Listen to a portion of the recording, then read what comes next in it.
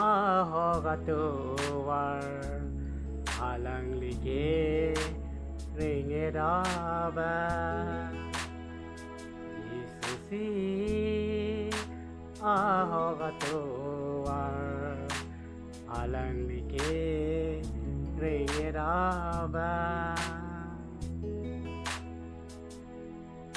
alang likai ta iringedaba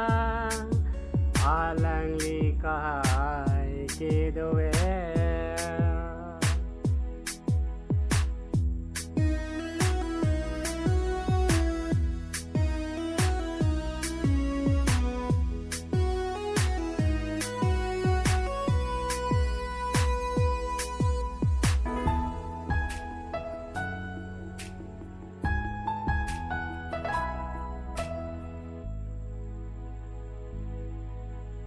alang som thot ke avelo de alang ke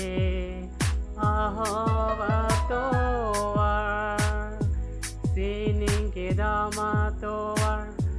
alang li hen lo alang li kai ke doe ili tum ka do ka ve ke kroche pathirna la si ilitum roy nangi ilitum kadu kave ikroche pathirna la si ilitum roy nangi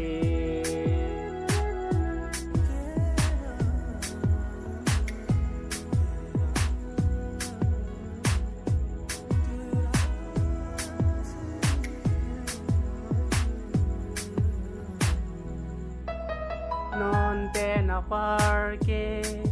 avelo de la si ilitum kroi nang ji de ilitum kado kave kroi nang ji suapan la si ilitum kroi nang ji ini pen ki ilitum ke kroi che pathirna alang likai ke doer ini pen ki ilitum ke kroche pathirna alang likai ke doer